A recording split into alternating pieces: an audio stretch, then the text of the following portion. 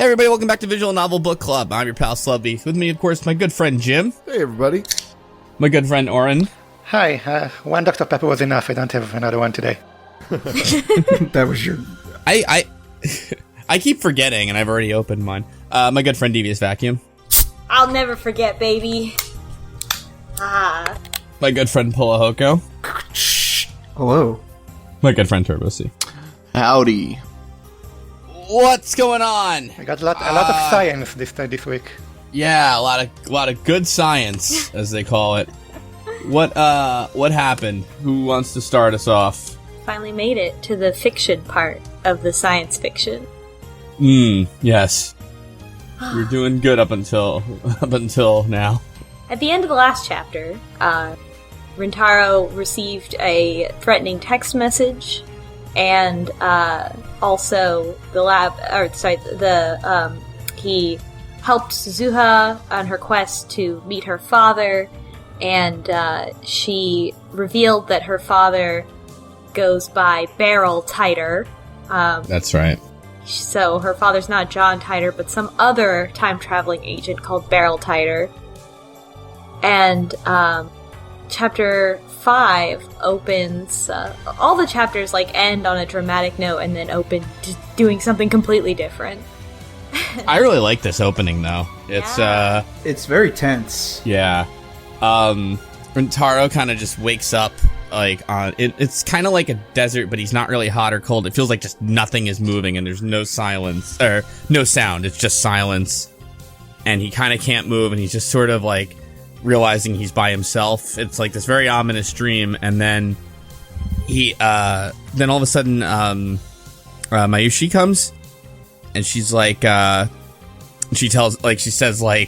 she's looked all over for him through different timelines, and she found him, and then some bad people had taken him away in a time machine 70 million years ago on Earth, where there's nothing. And she says, and it's really creepy. I want to get this right. It's basically what is it? We're also we're hearing the original, I think we're going... She says, I think Ocarina and Mayushi are going to die here. Yep.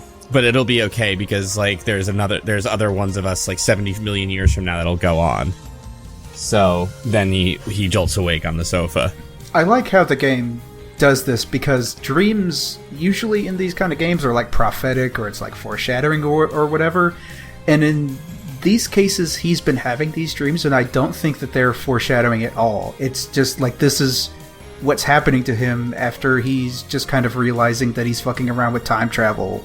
It's like a what-if scenario. What if I mess something up, and then this is just what happens? See, what's scaring me is that it's an alternate timeline. Yeah, because of his ability that he can also pick up on himself from alternate timelines. Oh.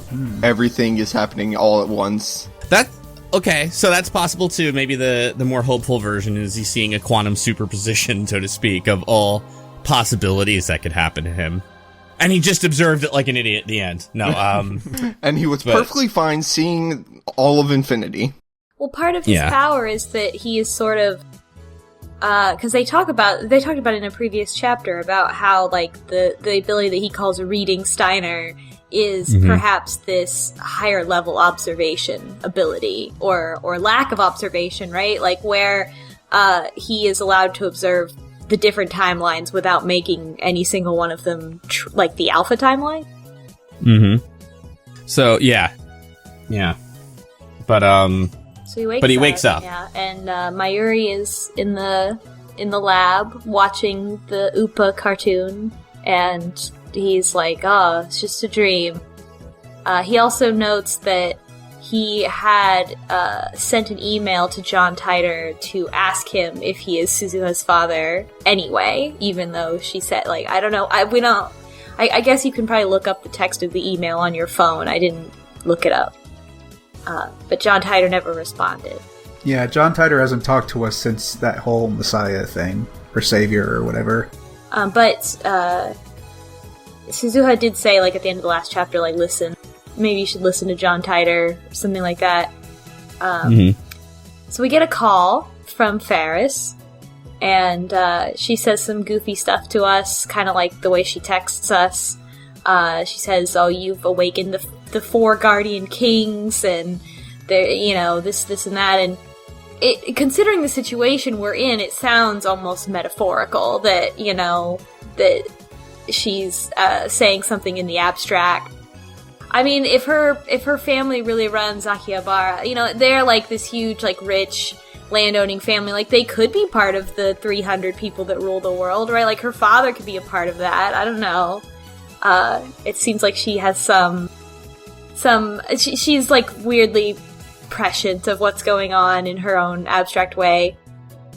And then she goes on to text us later in the chapter, and she texts us and is like, I'm exhausted, and I'm sad, and I feel bad, and I wonder if, like, this really is the future that Farris wanted, because she's, like, talking about how she feels so bad for some reason. I wonder why.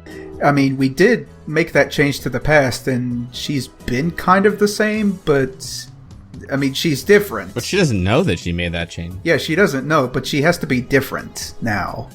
It could be, too, that it's like one of those monkey paw kind of, she got her wish, but she's less happy from the consequences of it, but doesn't even realize she did it. I mean, she has a better relationship with her father and maybe her family, but maybe that means something else, too, that she has more stress for some other reason. But, so that's it for Farris. And, we ask her, what about the IBM 5100? Like, what have you made any progress? She has not. And we talked to Daru about it, and we're like, we still kind of are hung up on, like, why is it so hard to get it? Like, why? Who cares? Like, why would anyone else care about this? And Daru's like, well, it's worth a lot of money because it's really rare, and that's all. And he goes, sort of nonchalantly says, like, maybe it's just one guy buying them all up. And, like, of course it is, right? Like, that's CERN. Yeah. Right.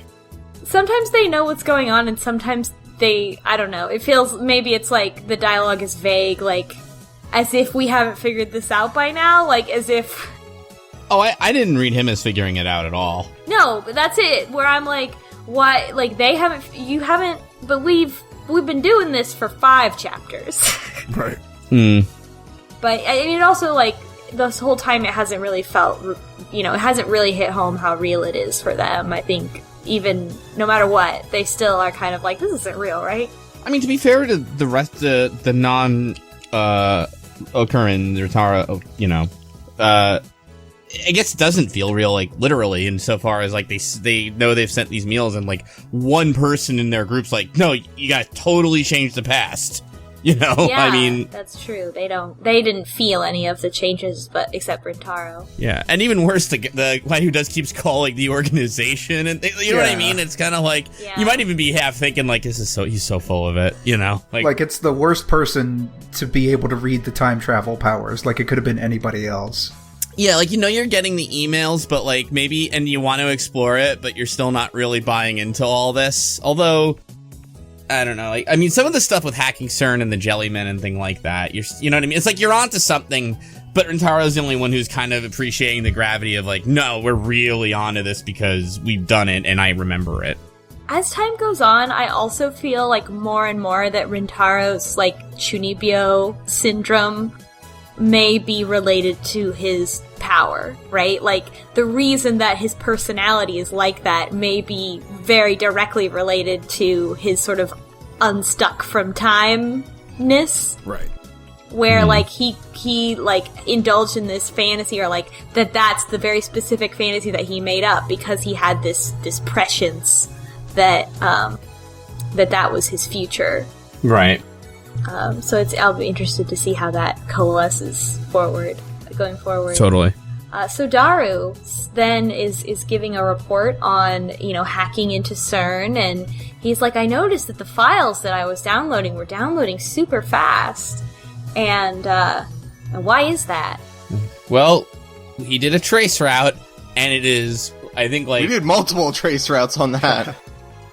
We did, and they're pretty much one hop away from CERN. Fucked up but true. They have a direct line. Yeah. Oh, you're right. They're not one hop. There's the hop to CERN. The longest fiber optic cable in the world apparently runs from under their building to friggin' Geneva. Right. So this is extremely time travel has happened. This is extremely, like, they're being set up. CERN has set all of this up to happen in this specific way. Yeah, Daru is much too calm about it, and he should be, I think. Yeah, that is terrifying. That is the most damning evidence that they are being set up. Literally everything about their situation is being, like, puppeteered by people who are time traveling. Like, the curtain has been drawn back completely. Like, that's it. It's so ridiculous. Daru should at least be appreciating that. This is the equivalent of realizing, like, the person you're spying on, like, your phone line is provided by them. Yeah. And they're not a phone company. And Daru still insists that they don't know he attacked them. So, I don't know what he's thinking. Yeah, I think that's where we were kind of talking a little bit before the chat, like, with Star. Like, maybe he's not quite the super hacker we were led to believe. Yeah, it's not like unscrewing the phone and finding a bug. It's like realizing that the phone never went anywhere but to the person who's spying on you anyway. Yeah. But they do, like, vocalize that CERN, they're like, oh, CERN's been expecting them for years. Like, they realize that they've been set up. But I think it's also, like, a case where maybe we understand as adults and as people in computing, like, what that means, and they maybe don't because they're 18-year-olds. Daru seems to. I mean, he gives the entire explanation about how the internet works. He should know, but he doesn't really. Yeah, so Daru should be terrified. Daru should be like, unplug everything. Like, shut it down. You know, honestly, for no other reason than I'm going to get in trouble for hacking into CERN. You know what I mean? Yeah. Like, you're gonna get caught. Like, this is, like, if you are not somehow already caught, which you, like, 99% probably are, you know? Like, can you imagine how inept CERN would be if it's like we had to hook up directly to their lines and, what do you mean you missed him hacking? Like, we're there! You're like... You know, we took you off that janitor's position and put you in our cybersecurity wing, and you're just goofing this up here, too. I printed out this dude's IP address and said, if you see anything from here... Which, by the way, is in our blood. I'm not a network. I just love the idea that they're, like, if they need to check if someone's hacking them, they have to do it by running a really long Ethernet cable to them. That's another thing. That's weird of CERN, too, to be like, we really need to keep a close eye. Let's just be their internet provider. It's wild. Like, wait, what does that, actually, from a networking standpoint, what does that mean? Does that mean there literally is, like, their internet is going through CERN and hopping through a CERN's router before anything else? They at least Probably, right? have, like, a switch. Yeah, that's... So, like, what's weird, though, is when they do the other trace route, it doesn't go through CERN, right? It just goes through other stuff like normal. But when they go to CERN, it just goes to CERN. Yeah. So, yeah, like, they have, like, a switch that's kind of like, if they're going through CERN, it comes through us first. It comes to CERN. Mm-hmm. They're not going to be touring this or, like, well, that wouldn't work. Daru hasn't been downloading his porn through CERN now, yeah. Right. Yeah. Oh, God. So then Daru's like, hey, I can control the Large Hadron Collider remotely through this connection. Which, why did they have a remote option for that? It's so, like, because they're setting them up, and they know they're being set up, right? Like, they know. But I guess they don't get that, like, they're being set, I mean, they're being set up so that they can, to figure out the answer, right? So then, like... Yeah, that's what... I just love the CERN is incompetent angle of just like, hey, we closed port 22 on that, right? Yeah, I think so. Well, the CERN incompetent angle, too, is like, we almost figured out time travel, but these wacky kids in Akihabara figured it out, so let's do all this shit to spy on them and see what they did, maybe, which is my theory right now, right? Where it's like... Or that they just said, listen, let's make it as... They were the ones who did it. Let's make it as easy as possible for them to do it as quick as possible. I'm trying to think of some kind of paradox thing where it's like CERN never invented it in the first place. It was these kids, but somehow CERN has it because the kids got it, but they have to set themselves up to get it from the kids. My thinking is, because of all the Jellyman reports, it's like CERN can't get it quite right. But in some timeline or some alternate reality, LabMem does. We don't know how exactly or whatever yet, obviously. But then CERN realizes these kids actually beat us to the punch somehow, but we can't quite figure out how they did it. So we're going to do all this monitoring shit to make sure we, A, figure out how they did it, and B, make sure they can't do it to us. Yeah. Yeah. And they basically want to replicate the conditions while still maintaining control. Yeah, because as we're gonna find out exactly how everything, well, not exactly, but like the lifter solution and everything, and we'll get there. They make this comparison that the phone wave works exactly like the Hadron Collider, which, man, CERN must feel shitty at that point for building. I would, yeah, right? Like miles of infrastructure deep below the surface of the Earth, and you could have just bought a microwave. That's like that myth about the astronauts where it's like they spent millions on that pen and the Russians just used a pencil. Yeah. Which, for the record, is not true. That is false. The more you know. So, let's see. So at this point, Kurisu emerges from the development room to announce that she thinks she has figured out how the phone wave works. And she implies that we are, in effect, microwaving all of Tokyo. Mm-hmm. And, and like you said, the phone makes the microwave into a particle accelerator. But she's like, this is really dangerous. She starts saying, like, we've probably made a mistake. Like, we've probably created a monster. Like, we should probably hand this over to someone else. They shouldn't keep running it because it's, and she's like, it's amazing that this even works at all and isn't, like, killing everyone. But they reiterate that they still don't know what's functioning as the lifter, and they still have the same problems, the lifter and setting the destination. Then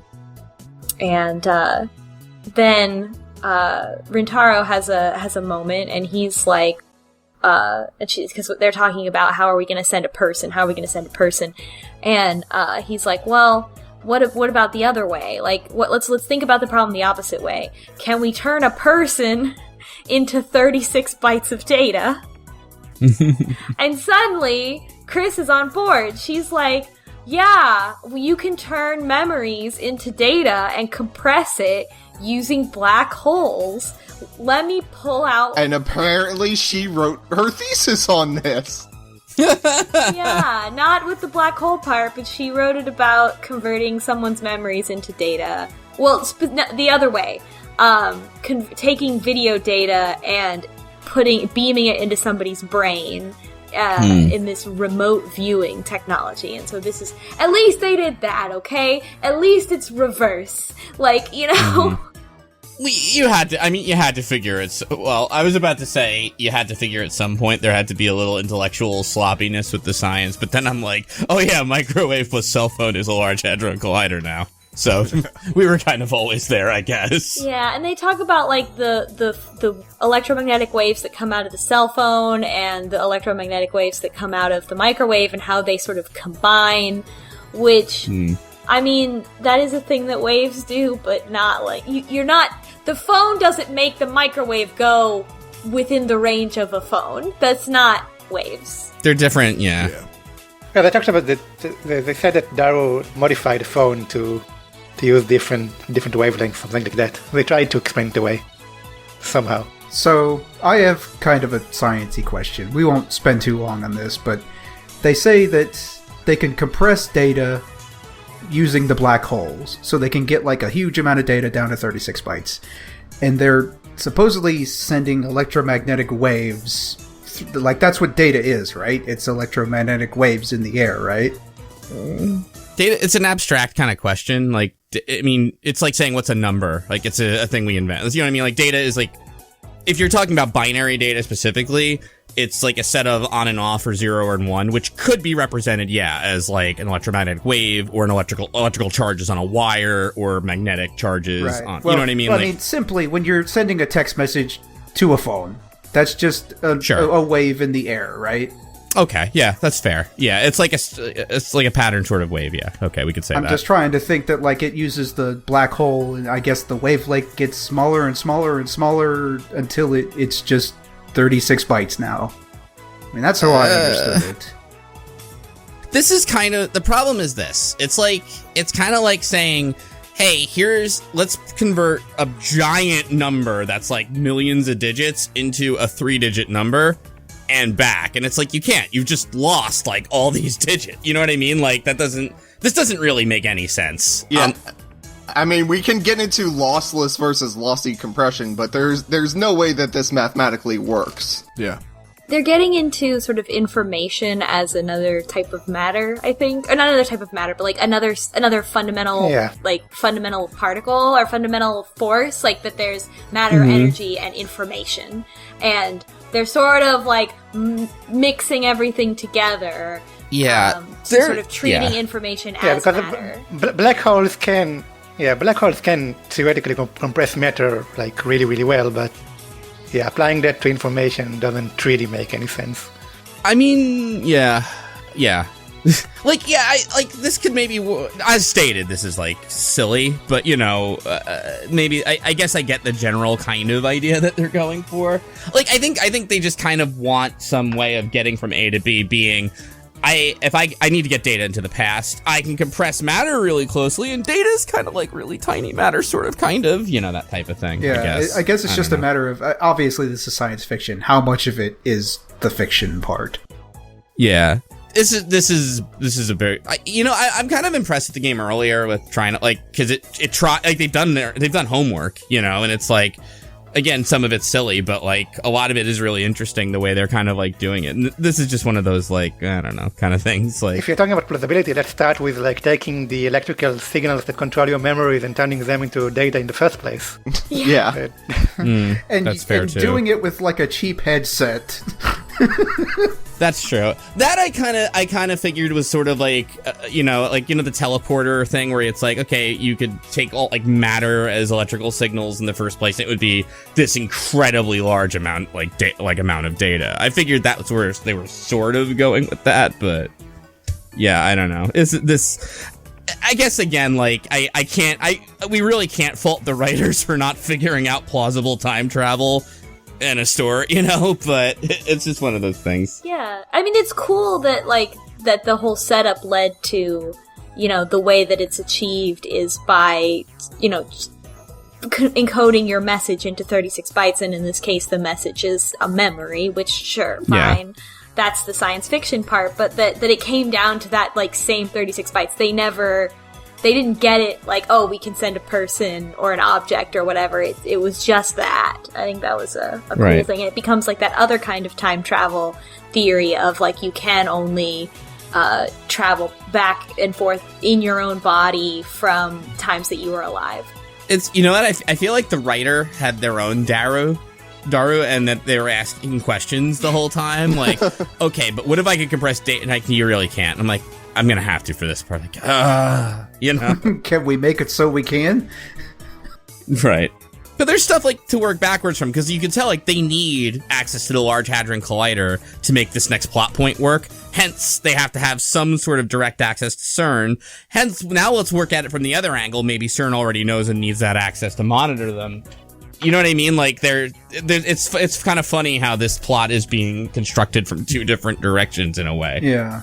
I mean, it's plausible if you don't know much about science. I guess that's just why I asked the question.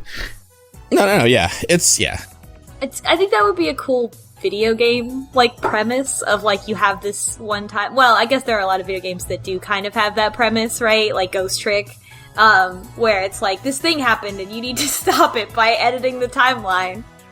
Yeah. Yep. And you you have to edit it so many ways and it spirals out of control like a bad simulation. Mm-hmm. Or installing too many mods. Like chaos theory, which I read about. Suppose a double pendulum. No, I'm kidding.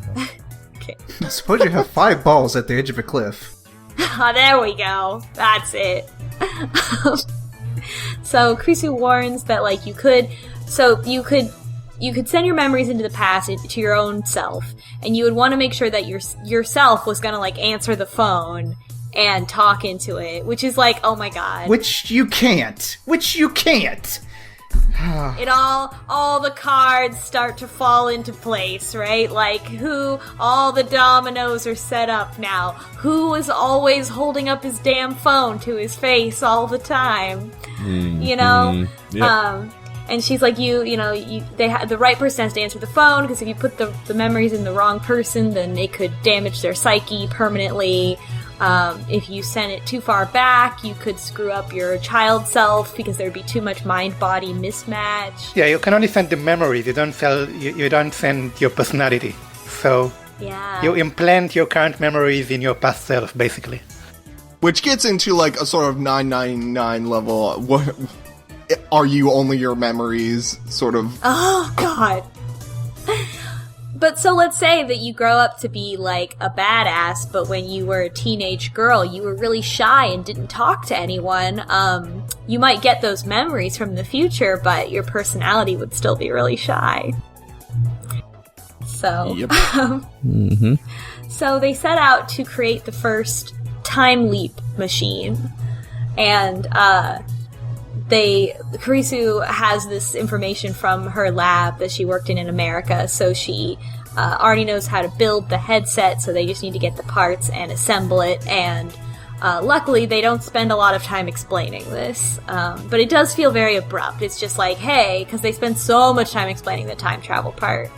I like that you can just download the software that she already created in America, and they don't try to make it like they wrote the complete software for this in a week.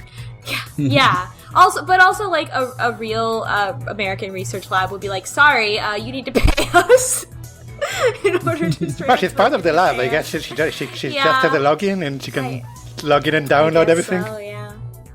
She's pirating her own software. Yeah, really. Her computer at home is one hop away from her lab, actually. Yeah, right. Of course.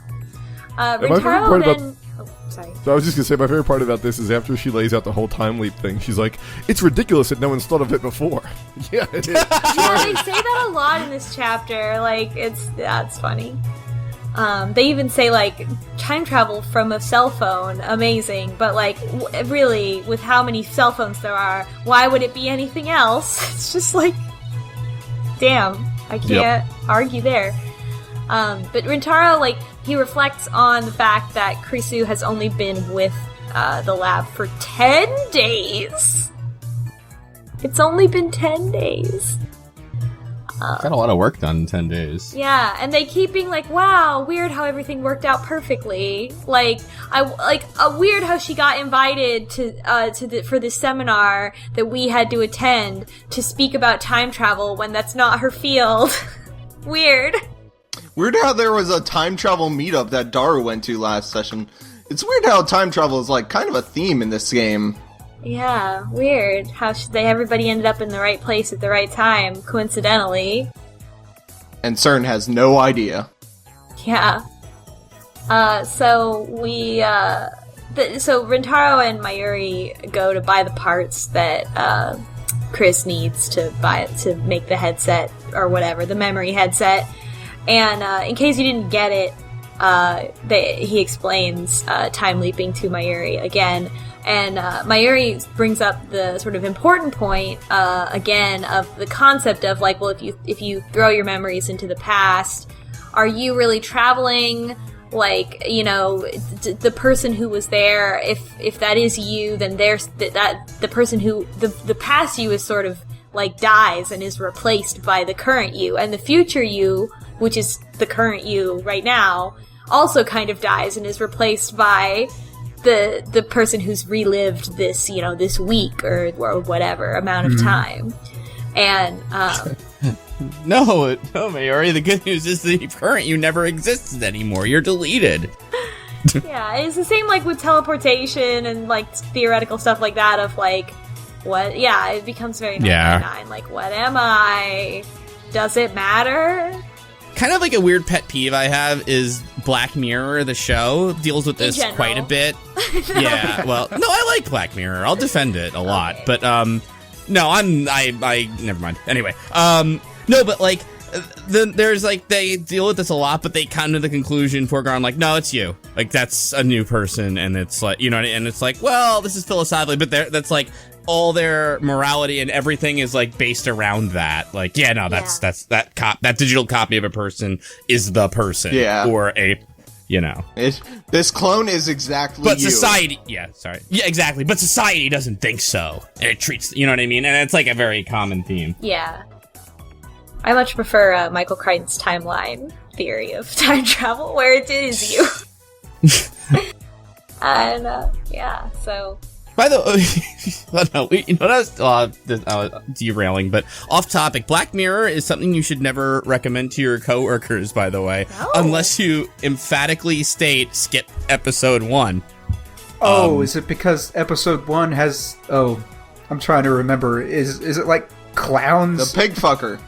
Yeah, the pig... I knew there was like a sex thing. Yeah, the Prime Minister of England is being blackmailed into sodomizing a pig, I guess, or whatever. And it's like, it's not a lot like the other episodes. It kind of sort of abstractly is, but it's like one of those things people watch and go, what the why would someone fucking recommend this horrible show to me? And you have to go, no, the rest of it's like a Twilight Zone anthology with contemporary sci-fi involved. You just have to get past the pig fucker episode. Just, yeah, skip that one. See, I thought that episode fit most with a contemporary Twilight Zone-esque thing, but, you know, that's just me. It's the problem. No, I'm just saying, like, I've seen that, like, happen on Twitter where someone's like, I cannot believe anyone recommended me Black Mirror. What the fuck is wrong with all of you? You know, and it's like, no, it's just that one episode, which happens to be the first. That feeling used to be reserved to anime, so I'm glad everyone gets to experience it. Yeah. Yeah. So what, where are we? While we're out buying parts, we, run into Moeka. This is, I was so mad. Because I know it happened before, but before, with the IBM 5100, you know, it's just like, oh, I'll just tell Moeka everything, and you could kind of be like... For no reason. Right, you could kind of be like, alright, Rintaro didn't know, you know. But here we are again, and we have reason to believe she stole it in a different timeline, and you know not to fucking trust her, Rintaro, but what do you do? Tell her everything. Why not? Just everything. What's the worst that could happen? She's freaking out, too, yeah.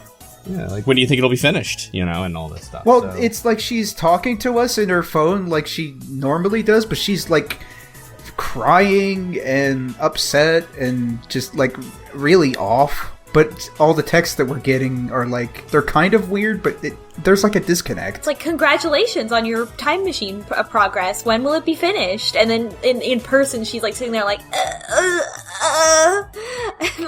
And Rintaro, as this is going on, right, we just heard that if you do the time leap thing, it could affect your psyche. It could, you know, like, there could be problems that could affect it. Then she immediately shows signs of it. He recognizes it and says, was she in a mental institution or something? Like, he knows right away what she's doing and doesn't connect the two dots, even though it just happened. Here's the thing, though. Now that we've introduced this notion of we can just fuck people up from the future mentally, anybody could be that. It could be that maybe that's why Mayuri is the way she is. Maybe that's why we're the way we are. And then the creepiest thing is that Moeka starts laughing and stands up and wanders away. Daru's probably just Daru. Yeah, that's himself. Nobody messed him up. That was just 100% Daru. So that's it. So, like, Moeka, like, he doesn't try to help her. He, like, feels no, like he he doesn't. He thinks about going after her, and he's like, she's got, like, this really weird, like, scary aura around her, and, like, I can't follow her. Man, it's fucked up. And they're, like, playing the scary music, too. They're, like, playing the music from, like, the title screen, like, the creepy music. So, I wonder if Moeka... Like, Moeka is obviously receiving unwilling, like, forced instructions, right? Like, maybe they're from herself in the future, maybe they're from someone else. But, like, she signed up for this and and doesn't want to do it. You know, that explains a lot. It's almost like she's just a conduit. Like she's just operating the phone and the messages are coming from somewhere else. That's what I was thinking, and she's not even sending these. Yeah, absolutely. She keeps talking about FB and she only does that by speech, right? She never tackles that about FB, right? Yeah, she Oh never my texts God. FB. And the email she says she wants to send is to get a different phone, isn't it? Yeah. Or not get the phone. Get a different phone. Which is to tap out, to run away, right? Yes. Yeah. But she can't, because she can't send the D-mail. Or no, wait, does she use... No, she uses her own phone for the D-mail, right? She did send the D-mail, yeah. Yeah, her own phone. She needed to be able to use her own phone. Oh man, what if she's just a puppet? We're a robot. I think she is. I think she's a puppet. I think she signed up for this job, right? And she didn't know what it was. And now this is happening to her, and she's like, what the fuck? What the fuck? Or just keep in mind that, like, your personality doesn't change. Whatever, like, maybe in the future, maybe her personality has changed. But the Moeka in the past isn't a person who wants to get involved with this. She's someone else's memories. Yeah, just because your future self is saying do this stuff doesn't mean, if your personality is back to, more simple when you were a quiet, shy kid who wanted to do the right thing, you could be stuck into doing all the stuff you don't want to do. Mm-hmm. I wonder if this is future Moeka is evil, or if it is, like, someone else. Or maybe she's, like, people, different people are sending their memories into her, and they don't even care that it's messing her up. Yeah. Oh, yeah, if they're not hers, yeah. But wait, then an even more shocking thing we find out next. Because we go up to the lab, and Chris is on her computer, and she tries to, like, hide what she's doing, but she is an at-channer, it turns out. Or whatever. Oh no! Who could have thought? Hey guys. Hey guys, do you have stairs in your house? That's a different group altogether. I don't know what you're talking about. I don't know. Yeah, I don't know what I'm talking about either. I've never posted online. Sorry, I don't know all the 4chan slang. I don't know the 2chan slang. Do you have stairs in your house in an alternate timeline? But yeah, so that's finally, and she doesn't want anyone to, in a big 2010 mood, she doesn't want to tell anyone that she doesn't want anyone to know, even though they all post there. Like, she still doesn't want to admit it. Which, yeah, girl, I remember that feeling. Yeah. It's like, I don't even want, like, my coworkers to know I have a Twitter account. Like, no. Oh, hell no. I don't even tell that stuff to my parents. Jeez. God, my coworkers, one time, one of my colleagues, looked up my Let's Play, and I was like, wow, okay, we're in a murder pact now, I guess. If you ever tell anyone about this, I'm gonna kill you and then myself, so don't do that. Let me tell you a story, because one time I'm with two friends, and we were going to a comedy show, and before it started, I was working on Police Knots, but I just told people I was working on a video game project. And then my two friends were kind of like, I got you to do that. I was like, I worked on my project. And then one of them's like, oh, you mean Police Knots, the game from Hideo Kojima they never translated? The other one's like, yeah, I heard there was no products on it. Like, reciting kind of the part in Wikipedia about me working on it. Oh my god. Like they were wearing a wire. God bless. Well, you're talking to one of them now, actually. Wow, God bless you. Yeah. What a good friend. Now he's on a visual novel podcast. How things change. Wow. The other one, though, no, I don't think he knows about this podcast. But anyway, he does. The other one knows about this podcast. I did tell him. Yeah, I told him you were on the podcast. Yeah. I doubt he listened. I did have one day where I walked into work and they're like, "So you know that slow beef guy, huh?" And then they just sort of nodded knowingly. I'm like, okay. I would die if, like, anybody, like, they didn't know about my Let's Play stuff, but they knew about y'all. Like, you know, like, I would be like, what do I do? Well, like, so I, like, talked about, like, Twitch and, like, Let's Plays and stuff like that before, because they were sort of a nerdy crowd, and one of them, I think, liked Markiplier or something like that, so I was like, okay, they have poor tastes, but they at least understand the concept. I'm sorry, Markiplier, don't send your hitman after me. Yeah, I'm sure he's listening. But yeah, and then apparently the next, I think this was like you went on like a Total Biscuit podcast or something like that, and then that's how we knew you or something like that. Anyways, time travel. So yeah, they finally call out Chris, and that's a whole scene. Mayuri wants to stay the night at the lab because she is trying to finish 3 different costumes in time for an upcoming con. And Chris is also staying the night. she was already planning to just work all night and or work late. And so Mayuri's like, so it's okay if I stay because Kurisu's here too, and they want Rintaro to leave so that they can, have like a safe, non-pervy like slumber party, I guess. But he doesn't want to. And like honestly, Rintaro is constantly accused of being a pervert, but he's not. He's a little bit. He's a little because he's a teenage boy, but he's not Daru. No. And he kind of lives Never there. does it on purpose. Yeah, he does kind of live there. Are his parents even real? Yeah, they are. It's so weird. His parents are both himself from the future. Yeah. He doesn't want to leave, so they're like, fine, whatever. Then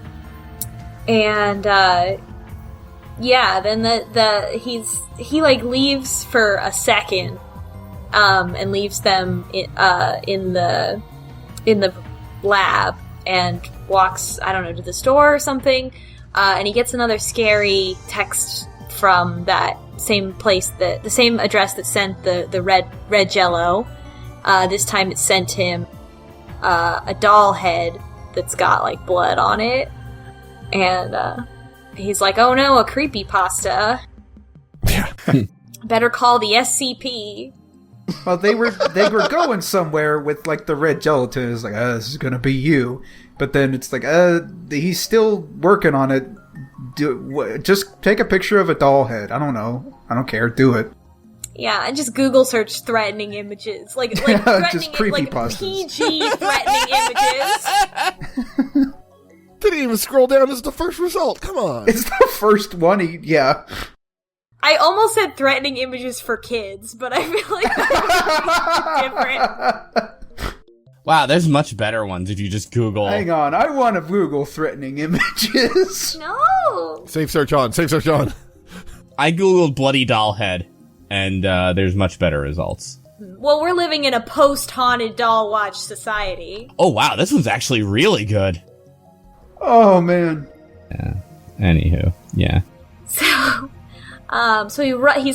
He's scared that something is going to happen, or that the lab itself is going to be broken into, or something like that. So he runs back to the lab, and the door is unlocked when he comes in, and he's scared, and he doesn't. Chris and Mayuri are somewhere else.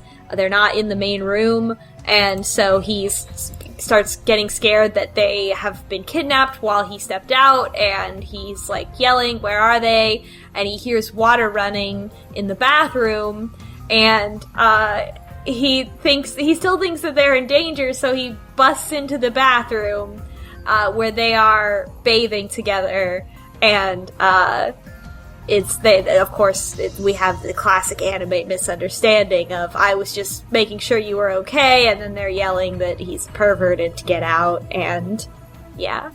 And he just tries to have like a normal conversation with them, like, oh, sorry, I was so worried that you guys were in danger, I got this text, and they're just like, well, get out!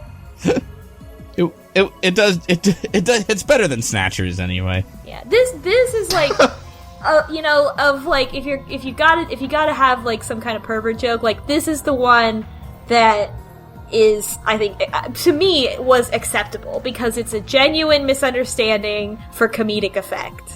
Yeah, this pretty much works. Almost works. You know what I mean? Like yeah. It's a very standard scene. It's like, you've seen it all before. Yeah.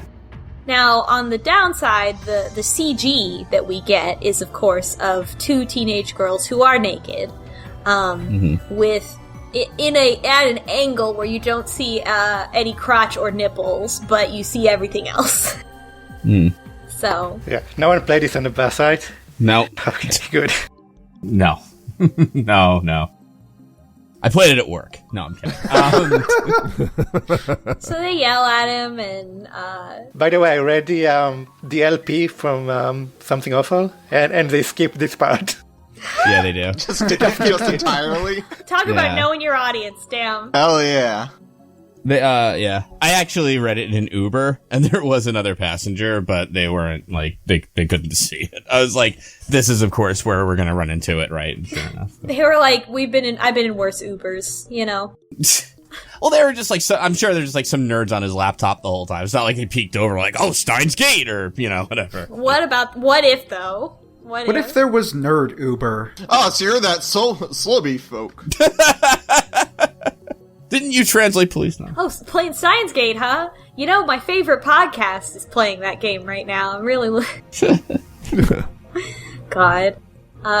So it just cuts. It's like it's a joke. It cuts to the next day. But it does get a little bit flustered after that. Yeah, oh no, then he gets horny. Then he sits at his computer and gets horny. He gets horny and he's uncomfortable with getting horny, so he talks into his phone. Yeah. And they're fucking in the other room talking at the top of their lungs like, wow, your boobs are so nice. Like, what? Have you met a woman? I read that as, like, him imagining that's what they were saying. Yeah, no, he imagined that. Yeah, maybe, yeah. Oh my god. It's very funny. But yeah, he gets horny. Which is 100% accurate, though. Completely. Yeah, it's a teenage boy. So it's funny. I don't know.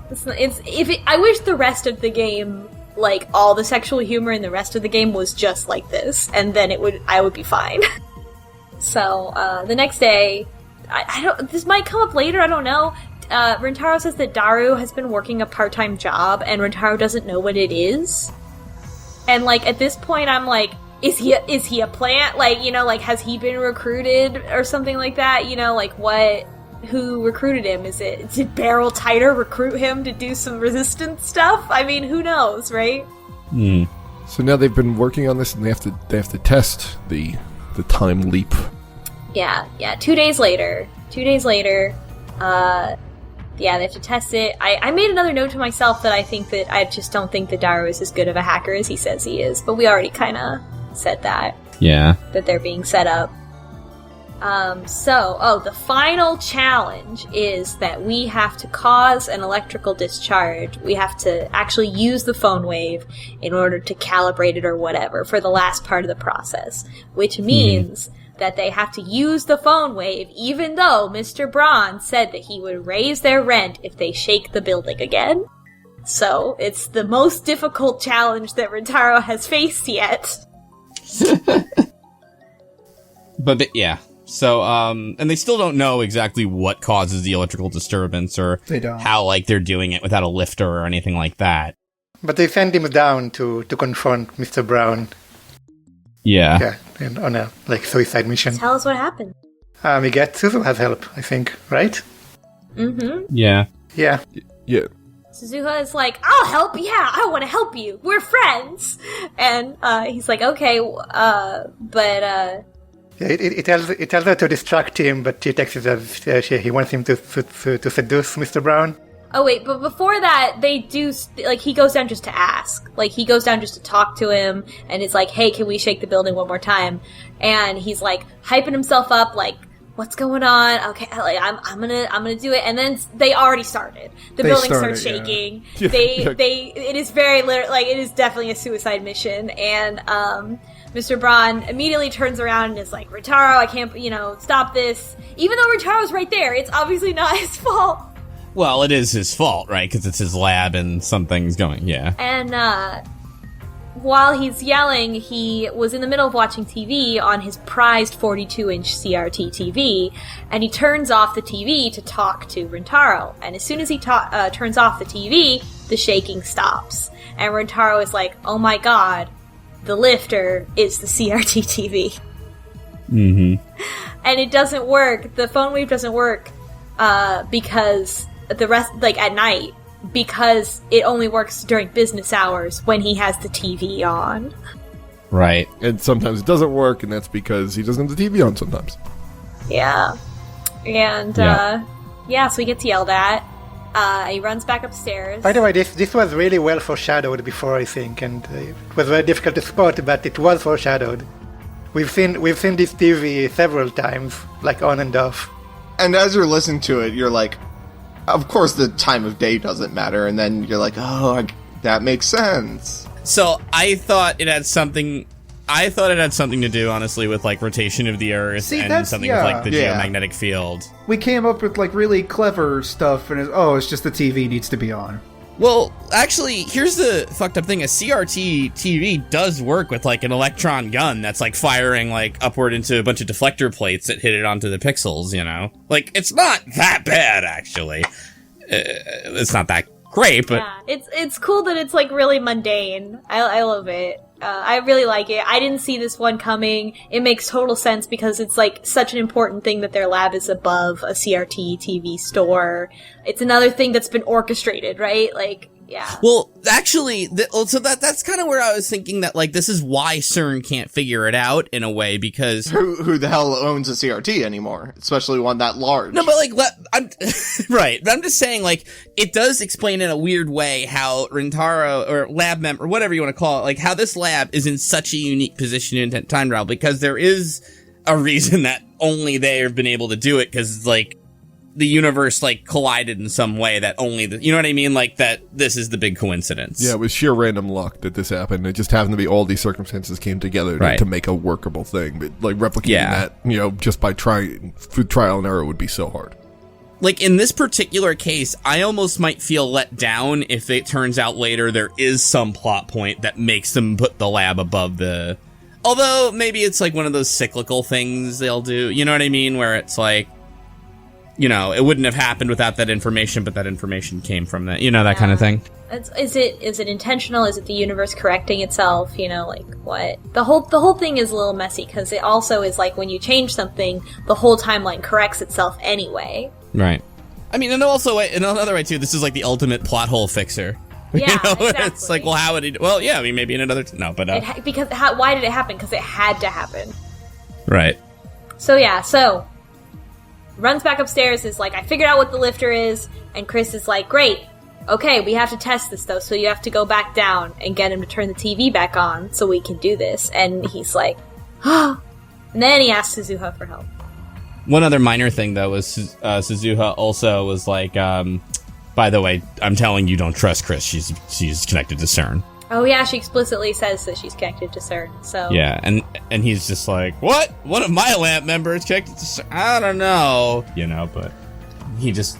he doesn't disregard it per se, but it's not like he acts on it. Yeah, and instead of being vague, like, he's very specific. Like, oh, she's using everyone, she has no regard for anything but her experiments, and oh yeah, she's working for CERN. Mm-hmm. So anyway, Suzuha decides to help us distract Mr. Braun so we can turn on the big CRT again, by taking off her shirt and covering his face with it and saying, now's your chance. But, like, she does it like military, like Jason Bourne style. Like, you think it's gonna be like a sexy thing, and then it's like she's like suffocating him with the jacket. Like, yeah, it's scary, is what happens. Like, is she, you know, Suzuha? There's no gray area with Suzuha, right? She's at either 0 or 100. I do think Jason Bourne probably could have grabbed like a cloth or something, but you know, okay, sure. No, I'm kidding. Yeah, but anyway. So it's very like, this was part of my combat training. I know how to help, and so it works out, and he's not mad because he's a kind of a pervert, I guess. Which is they kind of established that in the scene beforehand, because he's like, "Oh, you've been hanging out with young girls. I wish I was invited up there." Even his daughter, who is a young girl, is like, Dad, that's a pervy thing to say. I don't know what they're going for with that. I don't know. I think, well, doesn't he like make some comment about like making her not wear it for the rest of the day or something like that? Oh, well, because she tried to suffocate him with her jacket. Yeah. So he's like, no, you can't wear the jacket for that. I feel like the author is trying to be a little funny horny in a way, you know what I mean? Yeah, and this is just like a kind of a roundabout way to do it. Yeah, but yeah, I don't think I feel like it's another, a lot of the jokes about Mr. Braun are a lot of like, oh, he must be a pervert, but he's kind of like not, or he's right. like a normal amount, right? Like, you know, it's not like he's actually gonna like prey on these teenage girls or anything like that. He's just like making old man jokes, and because they're teenagers, they're like, ew, what a pervert.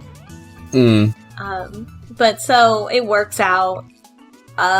Yeah. There's another pervert joke with something Mayuri says. Oh, she says "fwap," and Daru gets a nosebleed. And it's like, alright, sorry, my bad. I thought plot was gonna happen. Hold on. Yeah, it's just me. I'm getting a little tired of this. Let's just... Enough with the jokes. Daru's nosebleed sprite, there's just something gross about it. It's just the fact that the blood comes out of his nose in a little drop, and I'm just like, ew, why do I have to see that? Why do you have a sprite for that, but not all these other things? Clean yourself up, Daru.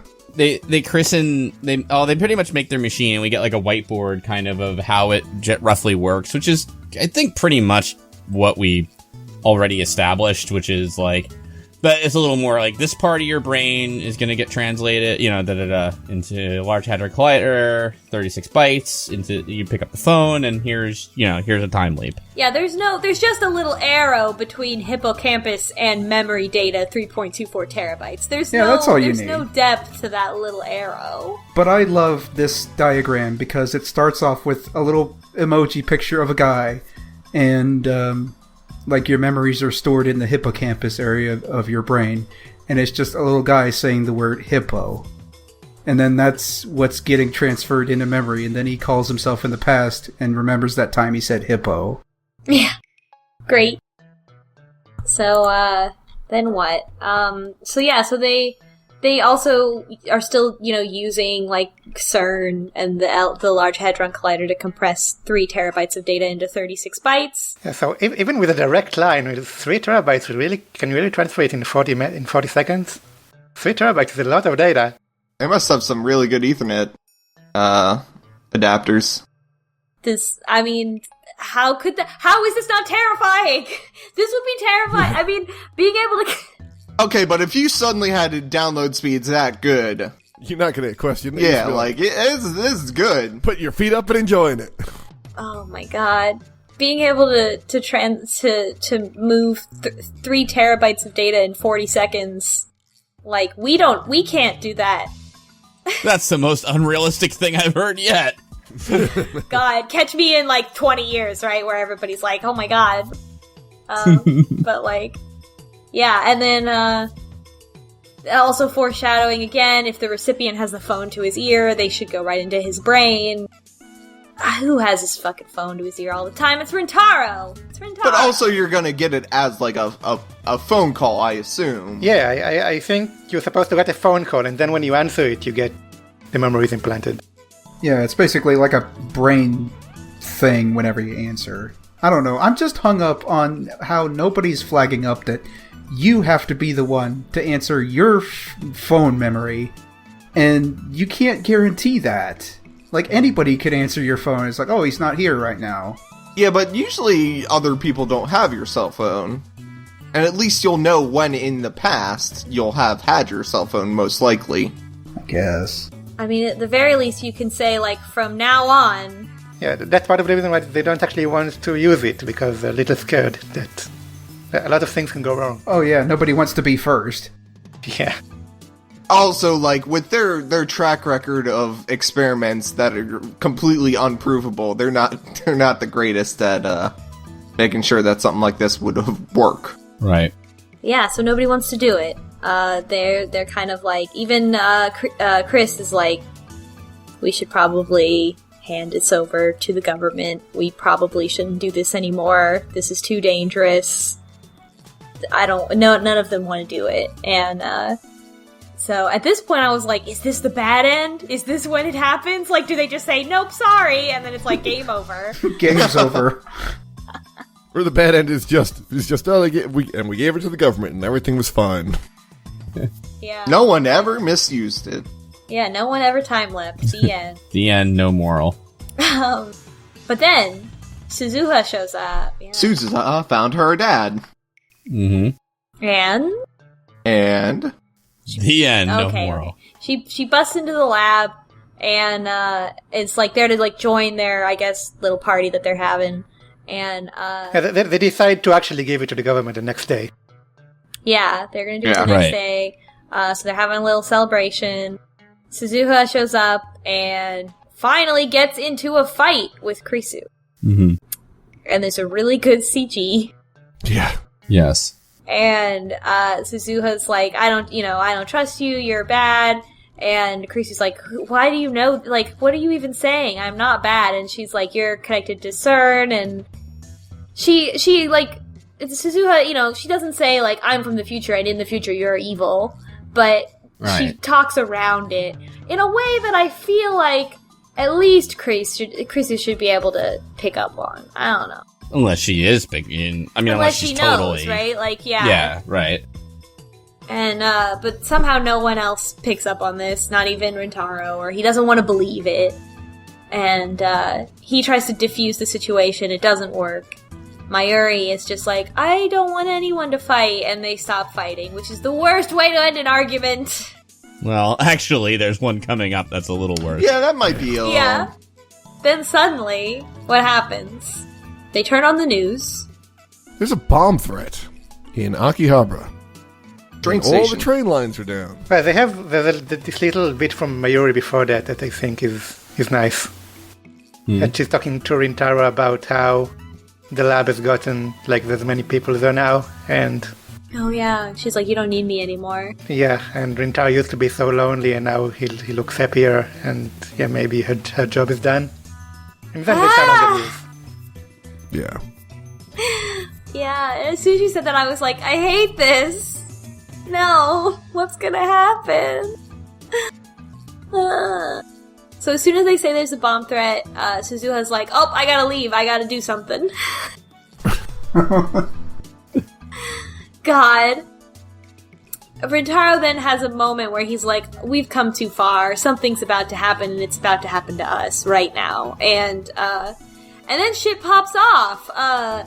5 men with guns who don't look like... I don't know what video game they look like they're from. What video game do they look like they're from? Neo Turf Masters? Jeez. That wasn't my first instinct, but sure.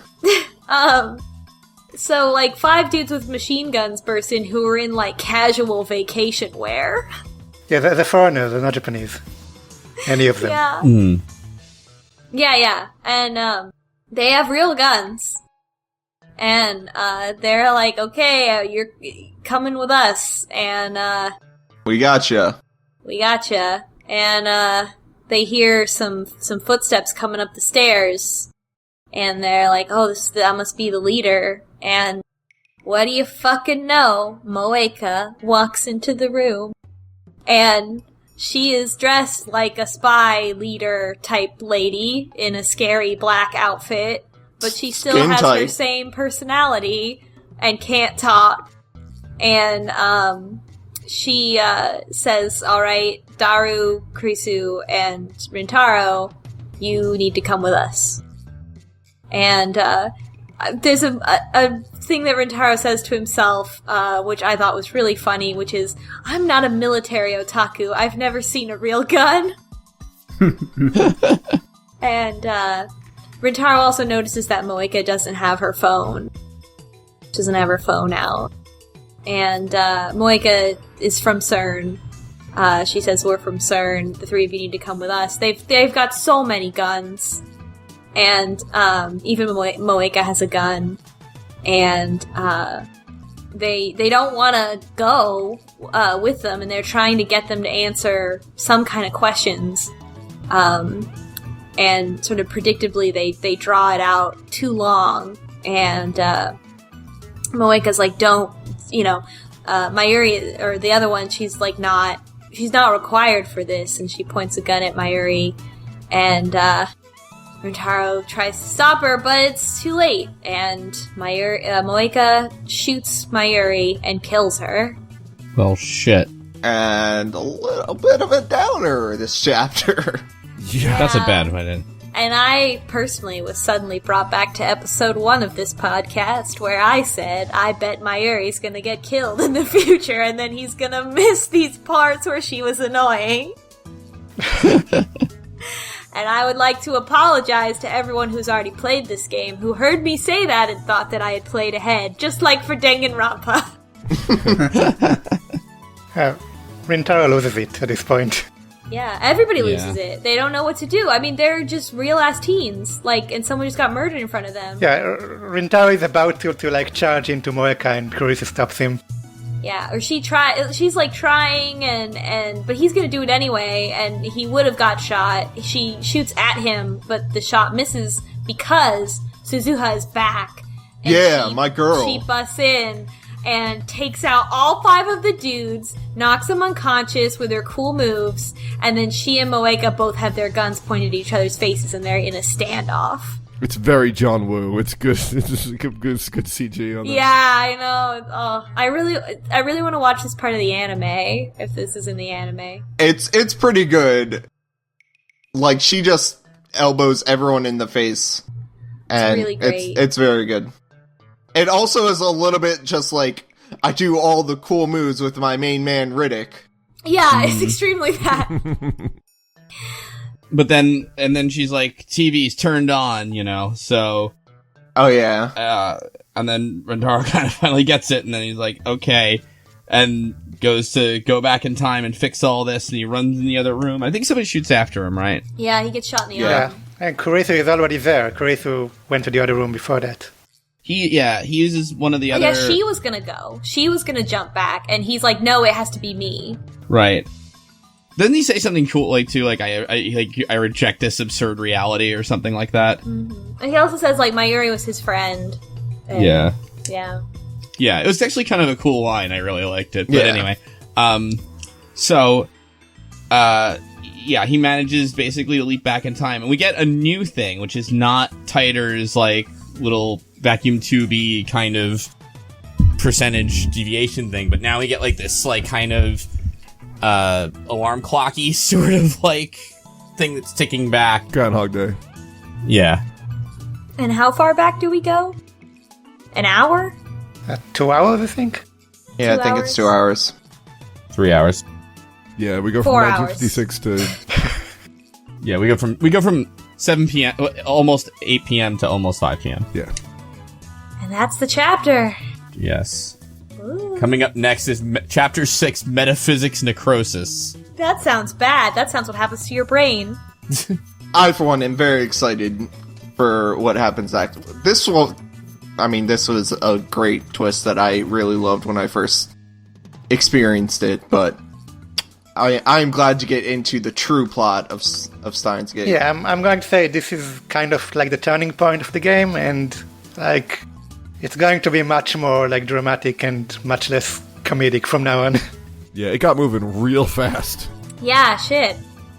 I'm excited though. Yeah, it's really cool. I'm glad that it feels like a little bit of an odd pacing, just because it's like everything kind of falls into place within the span of one chapter. Like, I don't think Chris ever talks about neuroscience and memories before this.